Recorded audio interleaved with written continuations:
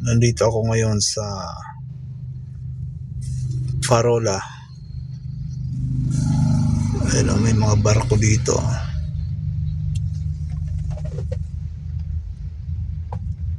Daming basura ng dagat. Ayun, mga barko.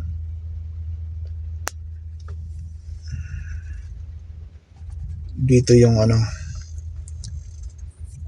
base ng Coast Guard.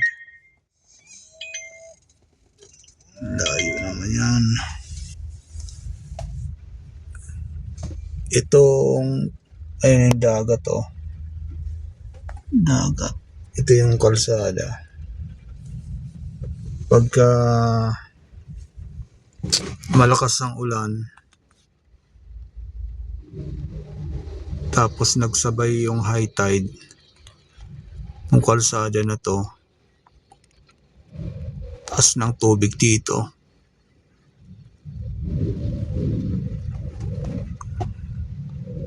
Nadaan ako dito yung baha dati hanggang tuhod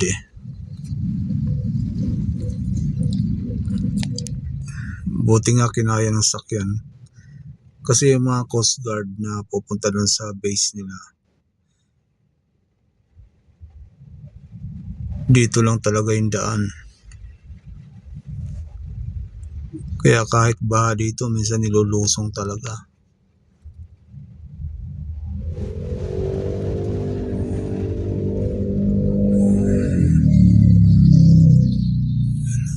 Buti nga walang baha ngayon kasi hindi naman masyado nag-uulan. Farola, Tondo yata ito sakop ng Tondo.